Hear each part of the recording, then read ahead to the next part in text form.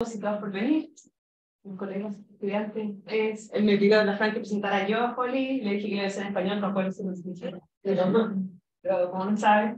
No, para mí personalmente un honor tener a Holly acá. Ella es doctora en Criminología y Justicia, profesora asociada de la Universidad de Estado, en Estados Unidos. Y su investigación se centra principalmente en la relación, entre otros temas, es la relación entre empleo y delito. Y harta investigación también sobre mercados ilegales, de drogas, que está estudiando los últimos 15 o 20 años.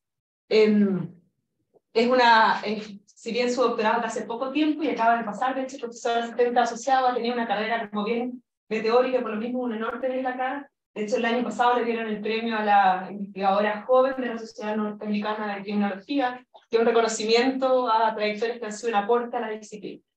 Y el día de hoy lo que ella quería presentar era un estudio reciente que he estado trabajando, bastante inspirado como en la línea de economía del comportamiento, sobre la relación entre tener y perder empleo y el delito.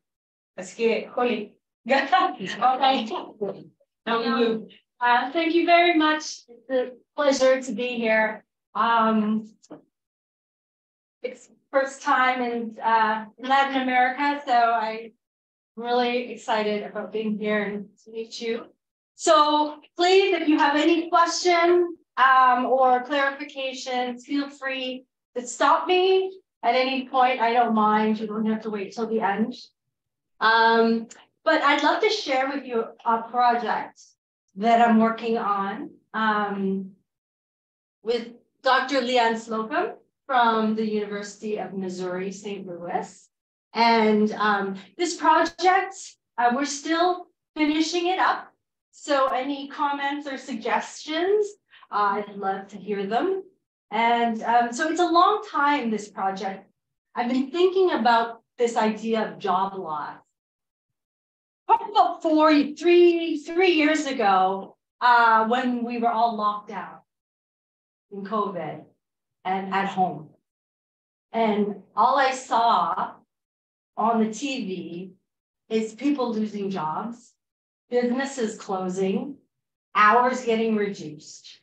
And it really struck me because I studied jobs and employment and income. And it struck me because as criminology, we put a lot of research and interest in getting a job, right? But we actually don't know very much about losing a job.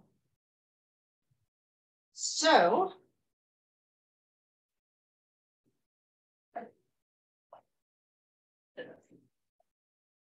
I see. Oh, should I just use that? Let me see. Oh, there we go. Okay.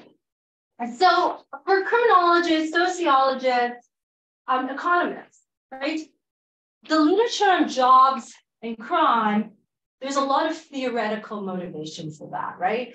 So of course, having a job, stable job, is supposed to strengthen your bonds to society, to your workplace, your coworkers. It's very practical. It structures your time, right? So you have to be somewhere. So it's this routine activity. Obviously, there's a practical reason as well, is that it offsets the need to commit crime for money.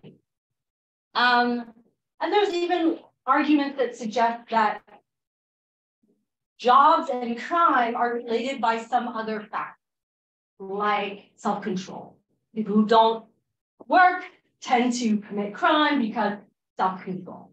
So there's a lot of theoretical reasons, a lot of policy reasons why getting a job is important, right? So there's billions of dollars invested to match people with jobs, right? Post-release, custodial job programs. There's minimum wage program. In the US, most of the states have banned the box for individuals who are looking for a job but have a criminal record. They've banned asking on the original application, do you have a felony? Until later on, just so the person can get a chance to talk to their employer potentially and get their foot in the door. Similarly, there's been lots of movements to increase minimum wage because one potential reason is it reduces crime. Unemployment or job loss, though, is less studied. So there's a good number of research on unemployment and crime, but that's using larger macro research, right? Crime rates and unemployment rates. And there's a few longitudinal studies that look at times when an individual is employed versus not, and have found that when somebody is not employed, generally have less crime. But we don't know a lot about like transitions. So there's been recently a study by Rege in Norway and a couple of other studies that have emerged. And one, I think, conducted from researchers from Colombia that looked at layoffs. So mass layoffs and how that relates to crime. And so Rege looked in Norway about a company that had mass layoffs, and they found that those who got laid off in the year had a 20% higher probability of engaging in crime. And then it leveled off after the year. And that occurred mostly during weekday and across a number of different types of crimes. So the point is really, does job entry and job exit, are they the same? Are they just the different sides of the same coin, right? So does getting a job or gain an income decrease crime as much as losing a job or getting a pay cut? Well, there's reasons for us to think maybe not. Lieberson wrote a nice book on social science research methods way back in the 1980s. And he spent an entire chapter talking about asymmetrical effects in the social science. He argues that in reality, a lot of things are not symmetrical, but we have, or we fail to be able to measure that asymmetry. So our models that we have suggest that a 1 unit increase in something is the same as a 1 unit decrease, right? Our typical social science models. Well, he said that's egregious. There are things where you just can't basically undo, or things that have different effects that you take away versus get into. And perhaps most salient is prospect theory. Prospect theory, the theory that was put forward in the late 1970s, right, as a sort of reply to the classic economic model. And so prospect theory, a large component, prospect theory, is the loss aversion principle. Okay, so the loss aversion principle suggests that, and this famous quote by Kahneman and Tversky, is that losses loom larger than gain. Okay. And so when we are in, they call the domain of loss, we engage in riskier behaviors because we are adverse to loss. So they've observed this through a number of lab experiments, cups and pens and all those things that behavioral economists look at, but also from observational data. So they've noticed, for example, gambling, investments, at the racetrack, right? Usually at the end of the day, the last race, people who are losing bet a lot more because it's the last chance. They don't want to lose. They're like, okay, boom. So these things, they suggest that the explanation is loss aversion, right?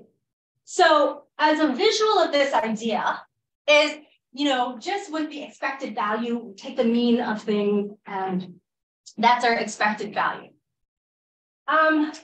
This is expected utility in like classic economic theory where, we have this pleasure, this utility, this unobserved pleasure of something. And when we increase it, we have X amount or Y amount of pleasure. And then over time, there are diminishing returns, right?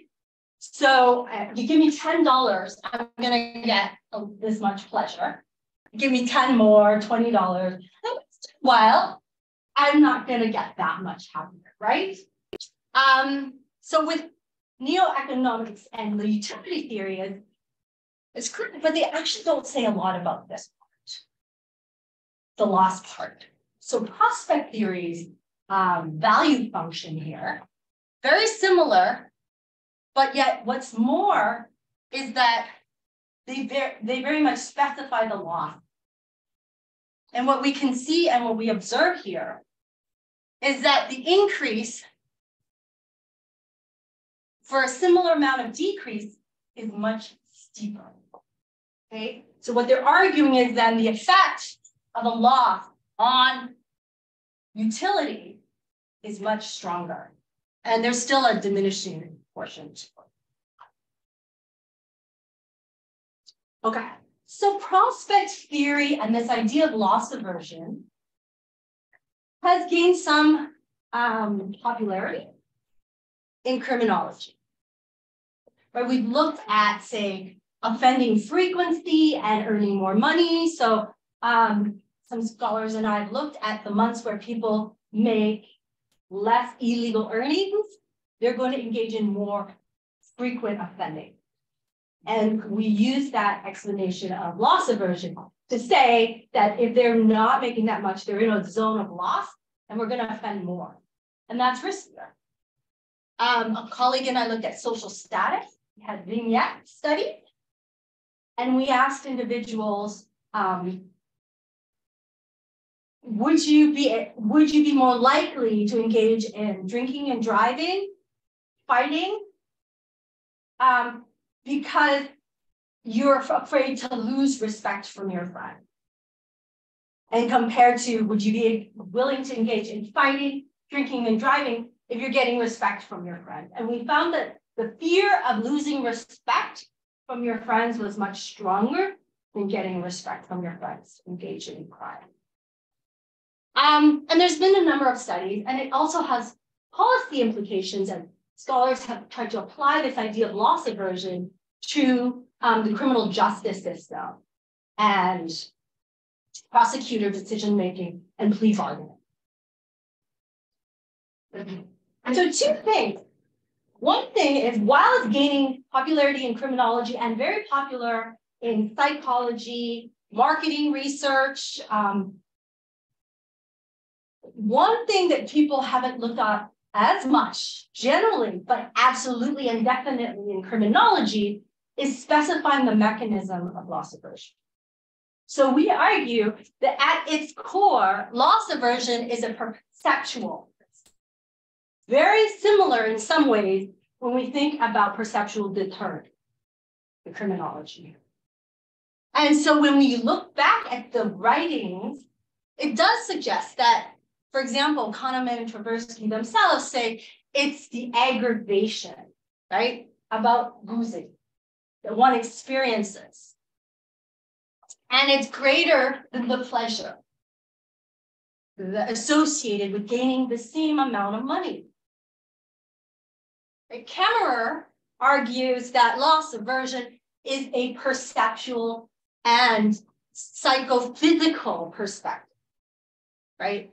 The power of loss aversion is expressed from the mechanism of psychology, right? And this is corresponds with Baumeister when he argues that there's this negativity bias. So when something bad happens to us, we tend to feel worse. We tend to think about it for longer, right? We tend to fester about those things. And that's where the power of loss aversion is. So for us, here is our initial asymmetrical model of employment in crime. And we argue here is job loss, job gain, income loss, income gain. And so obviously here, when you gain, you reduce stress, you lose, you increase stress.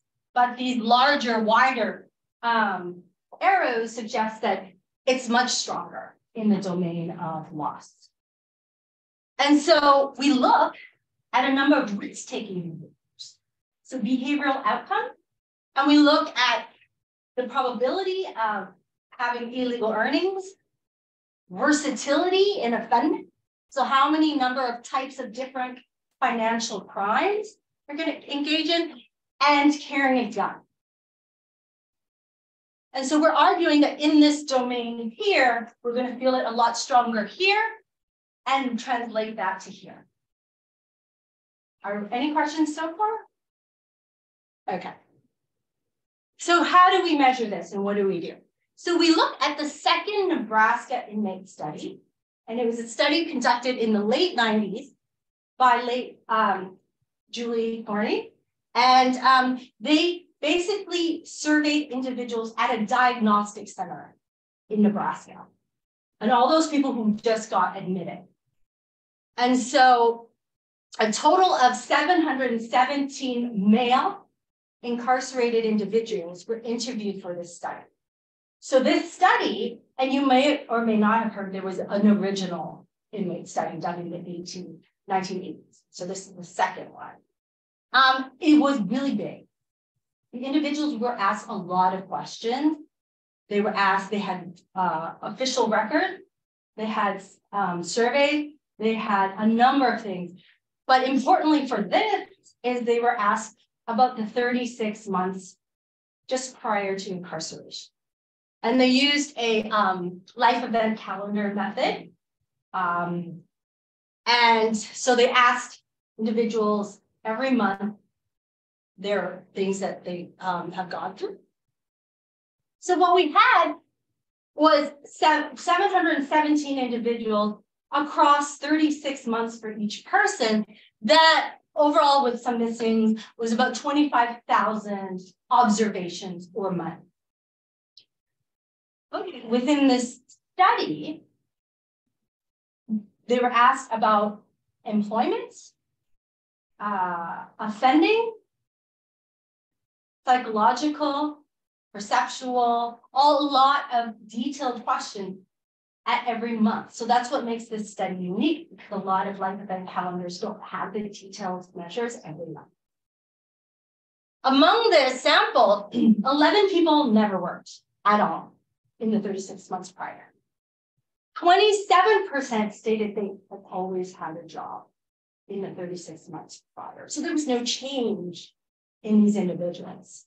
So the analysis I'm going to present today, we take a subsample of people who changed at least once. Okay, so we have 460 individuals across about 13,000 months. So I'll present the results of this subsample today, but just know that we've done supplemental analysis with all of them.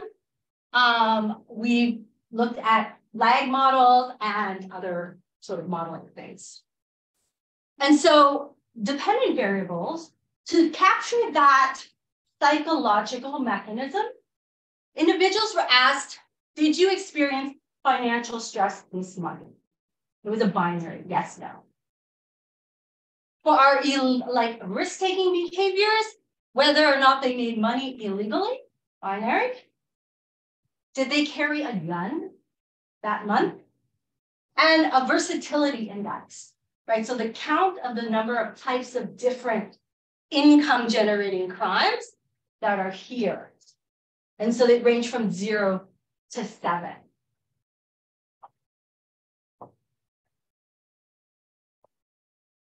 Okay, so here's outcomes and our job variables. So what we have here is whether or not they had a job and a change in job status.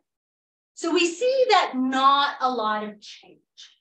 Okay, so there isn't a lot, but there's some change. Whoops. Okay, but there's some change with a good. I wonder whether there is some issue regarding, for instance, people who were like have long unemployment, and in those cases it's difficult to see change, right? So you might argue that in those cases that they might be more in risk, some crime, fatigue crime, type of thing. So how do you deal with that? And in terms of like people who have long unemployment, they might be in the, in the bigger group, that people basically do not change their behavior. Right. Their unemployed, their employment behavior. How do you do that? Well, we are only able to, like, what we're trying to capture, and I absolutely agree, long unemployment is probably highly related to risk-taking behaviors. But here we're trying to capture when people do sort of gain or lose employment. But yes, there's a lot of research out there that suggests long unemployment. And so we do include those never changers in sort of sensitivity analysis, right? The whatever percent you saw that never had any employment across there. So we do include that as sensitivity and the results are. Thanks. Did that answer your question? Okay. And then income, right? Income is a Likert scale, and it's from 1 to 7 different income brackets. Okay. And so when they sort of drop in a score on the Likert, we say that that's a change.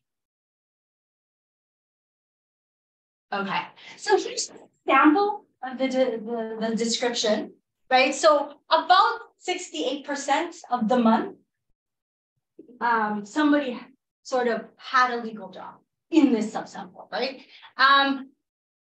And 2.2 in the Likert scale of income is about 10 to 15,000. 1,500 to 2,000.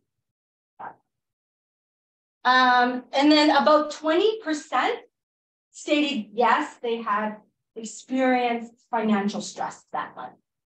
So importantly, in our models, we control for a number of factors that are theoretically related to employment.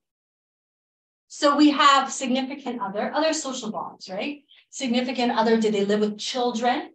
Were they in full-time school at all that month? Were they under criminal justice supervision?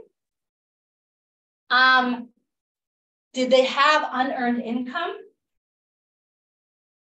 The illegal income for the stress models.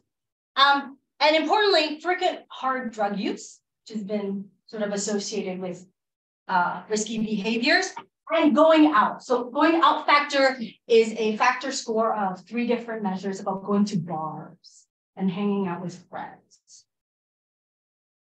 So 30% said they had got illegal earnings at any month. About 17 carrying a gun. And then income varies, a lot of them said so. So the demographics, they're about 30 years old at time of interview. In Nebraska, majority white. Education is also a Likert score, but the 3 represents less than high school education and considerable number, self-reported number of crimes prior. Okay, so how are we going to measure this asymmetry?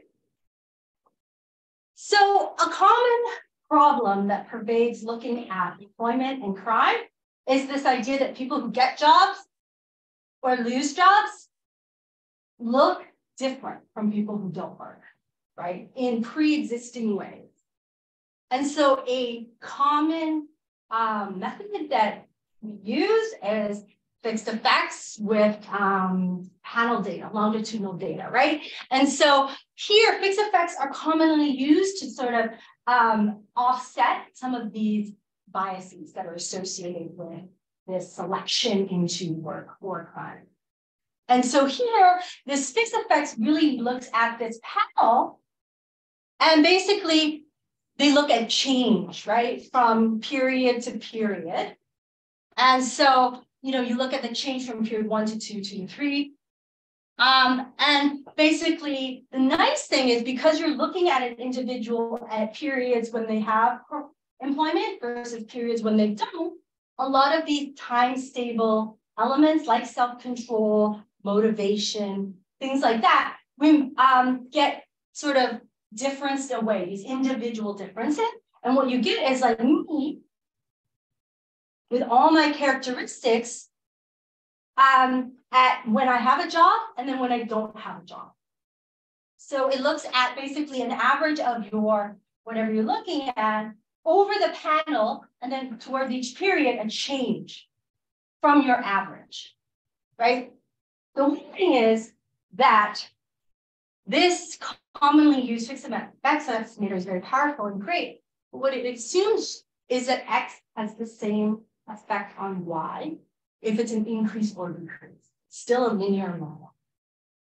So what we do is partition out the effects for positive and negative. So Paul Allison wrote a great paper. As I was thinking through, okay, I'm really interested in loss and gains and how am I going to measure this reading, I found this article that was absolutely brilliant, because Paul Allison, but it suggests and uses this idea of asymmetry. And what Allison says is actually what we can do by looking at within individual change is decompose the positive and the negative.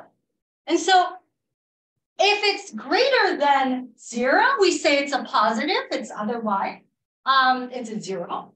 And then if it's less, then we say that's a negative, a loss.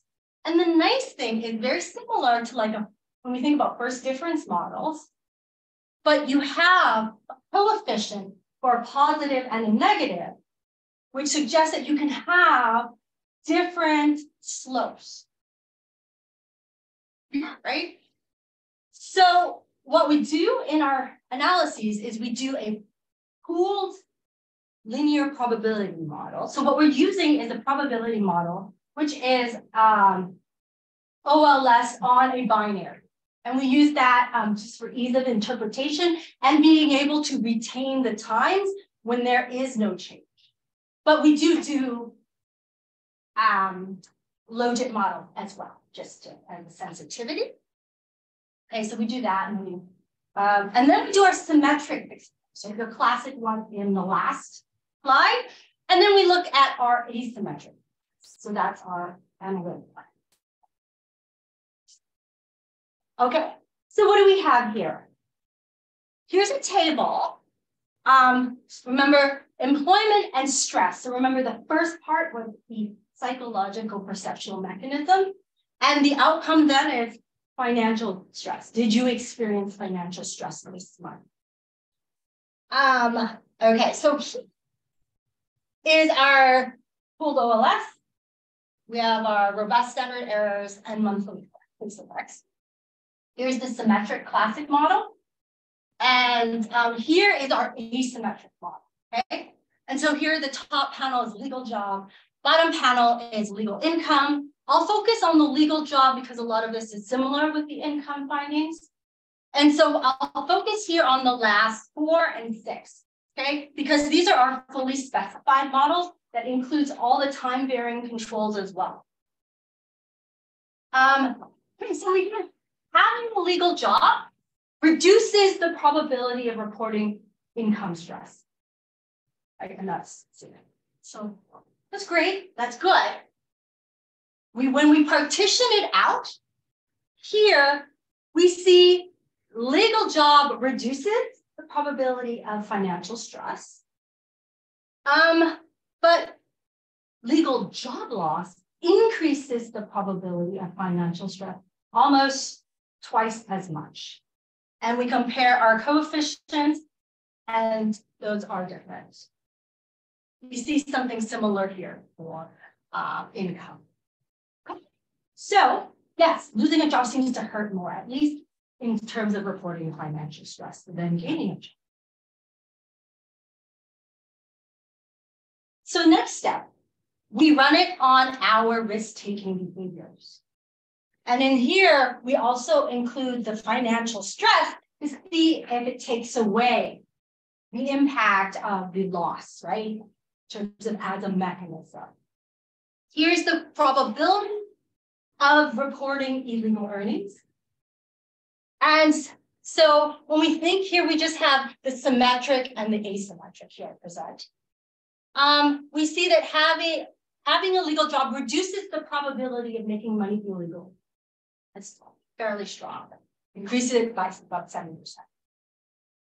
And when we partition it out, we see that losses have a stronger effect on the probability of not making money illegally. Okay. So our second risk-taking behavior, and we'll say here that the financial stress does not seem to be removed, okay? And it doesn't take away the effect of the loss or the gain. Okay. And gun carrying, this is the probability, did you carry a gun now? Okay. We see generally that loss and gains appear in a direction that was to be expected. It's not significant, but it is still stronger in the loss. Okay.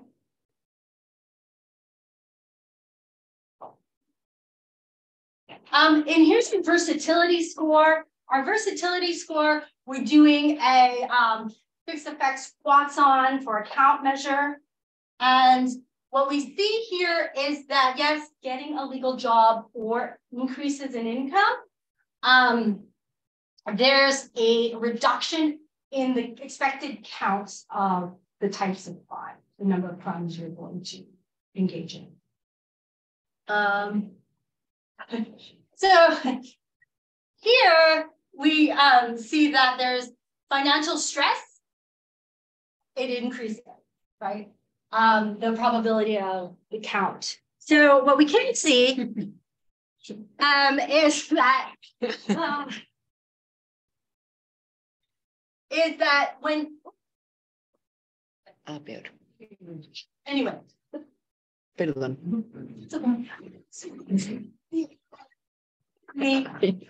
Thanks.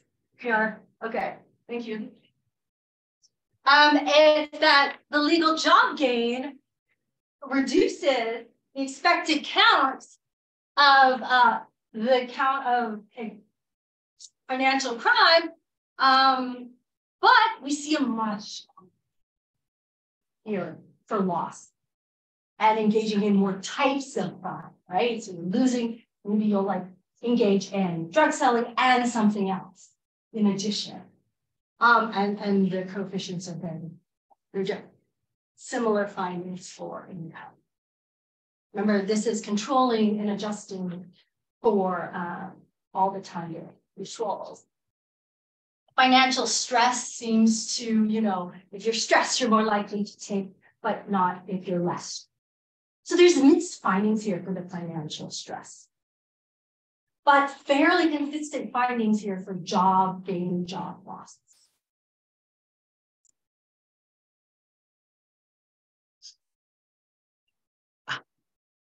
It's okay. I only have 2 slides left. So thank you. Okay. So right? We did see that stress, there was some support for that. It is a psychological loss aversion hurts, at least seems to hurt more. And job loss, income seem to have a stronger impact on risk-taking behavior. But stress didn't attenuate the effect of the loss on risk-taking behaviors, which we argued in the beginning is the mechanism, perhaps, in which we should observe this. Because if you're not that stressed out about it, why would you then engage in risk-taking behaviors? So we didn't see that. Importantly, we found some preliminary support for this idea of loss aversion. And that's controlling for a lot of these other theoretical mechanisms that we often use to clarify the employment and crime relationship. Okay, so implications, right? What do we make of this? Well, scholars, really try, the literature on employment and crime is mixed. right? Theoretically, it makes a lot of sense. Theoretically, we want it to work, right? Because policy-wise, it's easier to create employment programs than create or randomly assign somebody to marriage. So policy-wise, it makes a lot of sense, but overall, the literature generally, even on observational data and especially on experimental evaluations of experimental job program, is very mixed, if not weak to null for the experimental. It might be that when we think about it, there is treatment heterogeneity, and some of these findings may mask this idea of job loss. Right? And so we invest so many money in policies for jobs, right?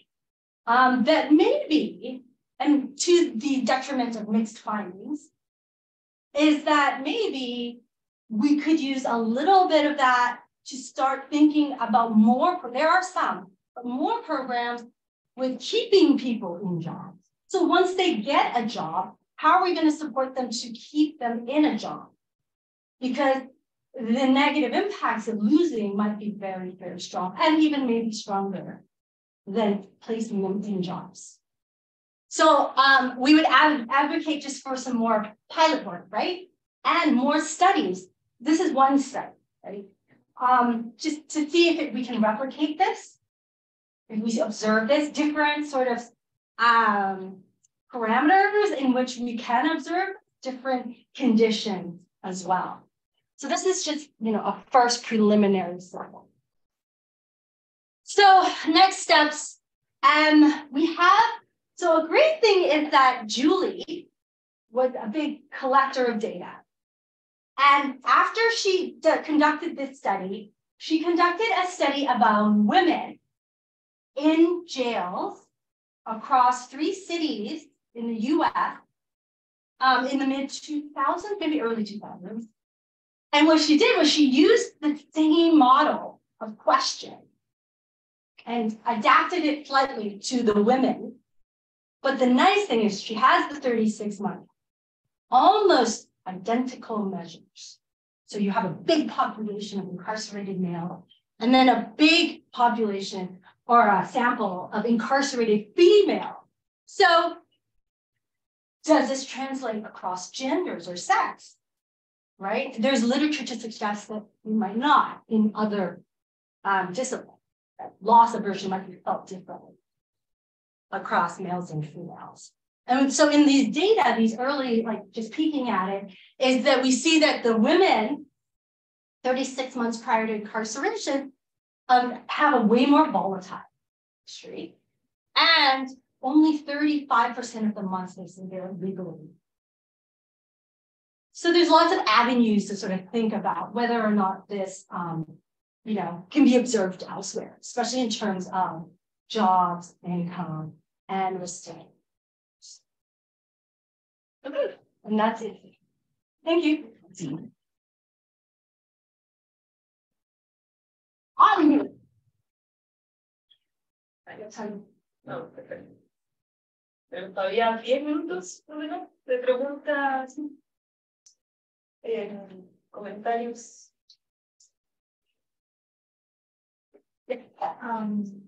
Thanks for the presentation. I wonder whether if it's not financial stress, what is the counter? I know.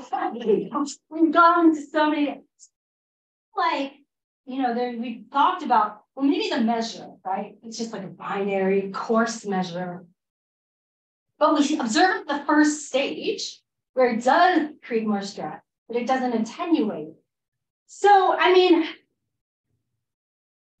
it could be a number of different things that get sort of, for now, we haven't uncovered yet, which is expectations of loss or gains. It could be other factors in terms of financial necessity that we have not been able to measure that maybe stress isn't as related to. But yes, we have to write that out. So, yeah. Do you have a thought? Well, I have several thoughts, but I have one thought. There is a lot of comments on social media and recently about how men are going down and women are going up in terms of educational attainment and status gain and status loss, especially in these kind of societies. So I'm wondering whether kind of instead of financial stress, there was some mediator behind the results in terms of like men who lost status, social status. Yes. And regarding their job loss. So I think that line, makes sense to me, but I don't know if you have data on that. And it makes sense to the kind of pedagogical framework that you're using. Just one random thought. Yeah, that's a really good thought about social status. I mean, we'll definitely don't think we have something that can tap into that in these data, but I think we need to make a note in terms of at least discussion. But that's a very good idea. I do have questions about where they live with a spouse or not. It's data. Be controlled for that. Yeah, but if there's sort of that masculinity type thing, absolutely, right? Or like having to sort of provide, other than just like these life month-to-month living things that work. Yes, thank you. Thank you for your presentation. I have a question regarding job loss. What about informal work? I mean, for informal work, job with contracts. So, considering that? Yes, we have. There is a measure of, I think it's like under the table work in terms of month to month, like did you work legal job, under the table, informal, and then like social assistance. So I did include the informal work measure in the models originally, and unfortunately it didn't change any of the results. But yeah, there was about, I think, 20% that stated at any month they were doing informal, but it didn't impact the sort of overall model. But I do think that informal work is a really important. Sure. I just wanted to ask about if you had any chance to look at the kind of quality of the employment, so not just in terms of income, but stability, maybe which kind of line of work it is, because it's always associated with status, right? Not just income. Because like in my experience, when you have low-paying jobs or jobs that don't have any social security attached to them, or when you have no chance of progressing through the ranks, it's kind of drives. I would say it's weaker in terms of control and so on. So I don't know if you have a chance. Yeah, so absolutely, we thought about right. So job quality or whatnot is a huge sort of I think to like really think about, right, the initial like Townsend and Love is all about stability and quality, and it's not just any job is going to matter. So our job there is a one measure in there, not what type of job, but were you committed to this job? It's a very perceptual paper that Julie and Bob Apel had, I think in 2012, using these data. We couldn't use this as a control because it was only when they had a job, when they answered whether or not they were committed. When they lost, there was no change. But we had considered that, and we didn't. So for here in the analysis, we tried to do some like sort of sub-analyses, but with these fixed effects, it's taking like an average over the panel. And so we're thinking about how to use that measure. And I know in their paper, this job commitment measure, they found that to reduce crime, job commitment was more important than objective income. I think that was their find. So it is definitely an important fact. So one thing we did though to think about sort of trying to tease out sort of different dimensions of the job is we looked at different overall, because this is taking an average, so maybe you're masking variation within these data. It's taking an average and disaggregating by average income over the panel. So whether or not they had. So this is what we found. Okay, here. So we took their average income across the whole panel and then disaggregate sort of by quintile income categories. And if it sort of, we saw it on the lowest, sort of, if you're used to making such low money anyway, higher income. And so when we look at this, is what we're saying, these are the quintiles. And here is job gain, the dotted, and job loss is the solid gray. Okay. And here's on our stress, gun, illegal income, and income variety.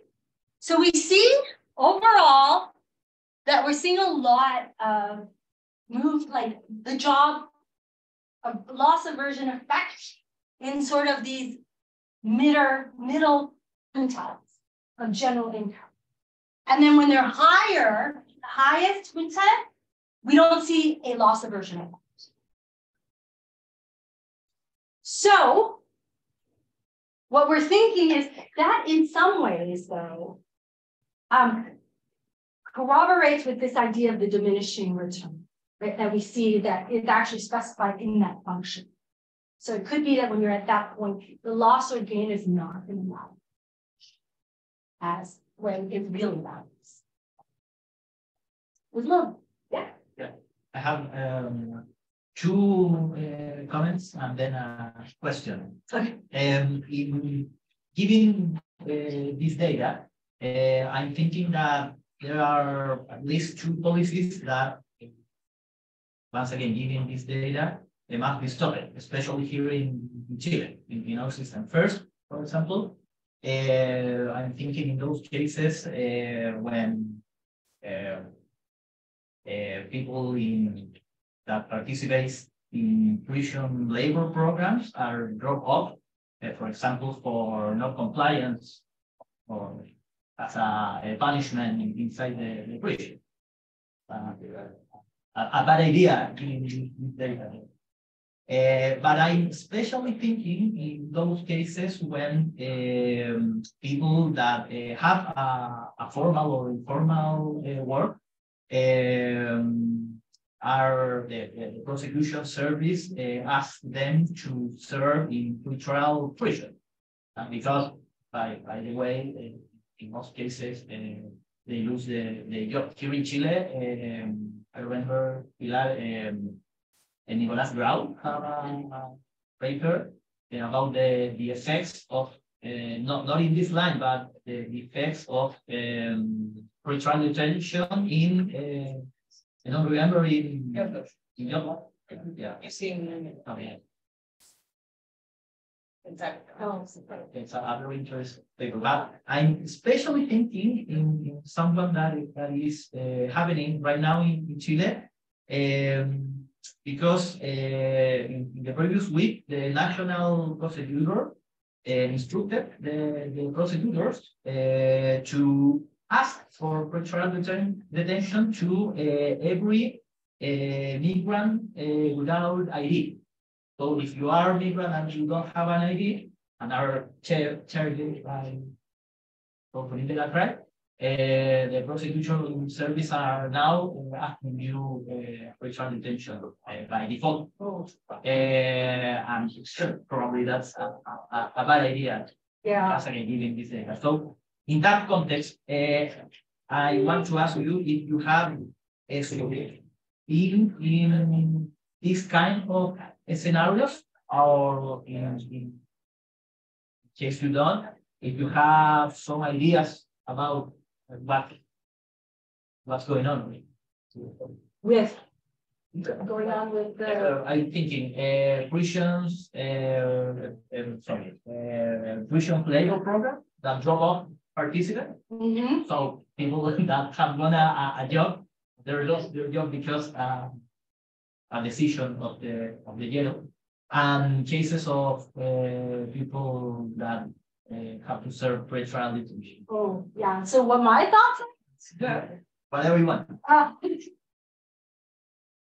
think that's a big issue in terms of pretrial detention, because I know at least in like the US, it doesn't happen evenly across SES, race, ethnicity. So there's lots of disparities, which is even worse, right? So then it's adding on pre-existing disparities.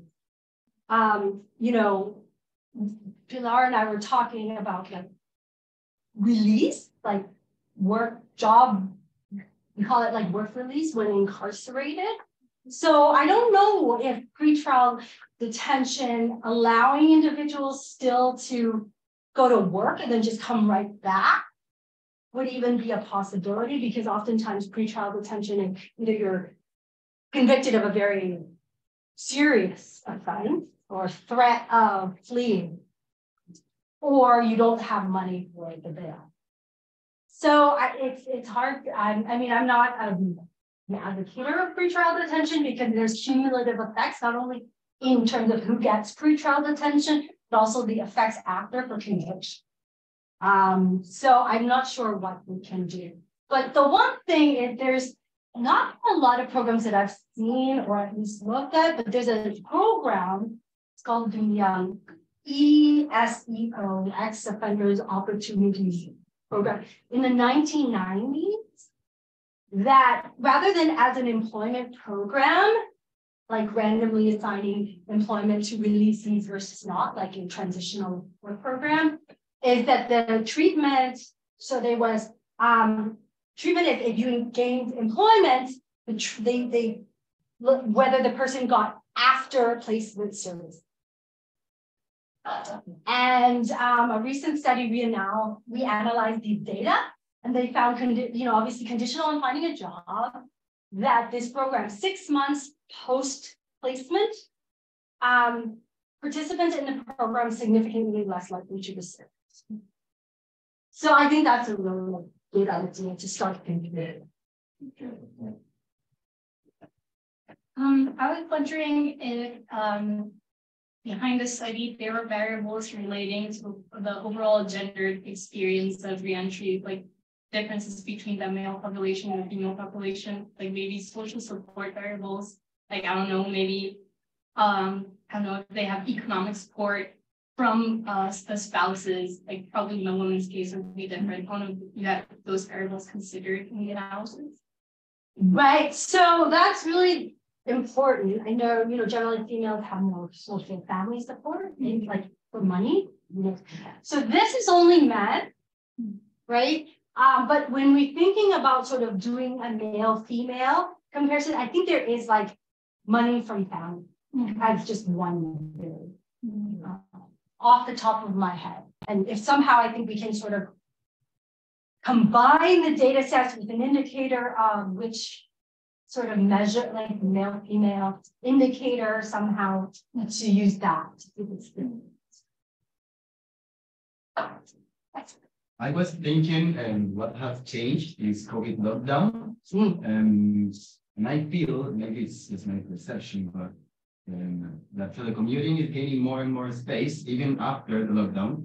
And how can we think if this even makes sense? Thinking how can it impact that these dynamics of loss aversion, and how can we figure out how to include in those models maybe or not? And telecommuting, does it give more possibilities against loss aversion, maybe, or does it implement it, and thinking about inequalities of access to telecommuting or something like that? What are your thoughts on that? Yeah, that's a really good point, because right, a lot of people are communicating. I mean, sample is very disadvantaged. So it's like I would never attempt to generalize to anybody anywhere, right? But in terms of telecommunicating and losing, I wonder what the risk, like what would be the risk taking? Like it wouldn't be really like, did you carry a gun? The risk-taking questions might be a little bit different or whatnot, and the flexibility of that. So when we think about other explanations for why a job would reduce crime, is that it structures your routine activities, and if telecommunication is way more flexible anyway, I'm not sure about that. Loss aversion has been observed through a variety of different circumstances, like gambling, right? Even owning something for a little bit and then giving it up, things like that. But I think there's a lot of caveats to it. They say like it's like the boundary effect of when does loss aversion actually kick in or not. And so yeah, I honestly, I don't know how I would hypothesize for like telework or what do we call it, like Zoom type activities.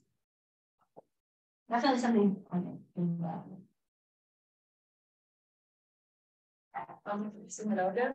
We have one question, but I'm not sure if the time was out, so you've already acknowledged it. But what about quality of job? Because I'm thinking it's structure like in the US market structure, but also here, like informal or precarious work job, maybe they don't have the same effect. I don't think so.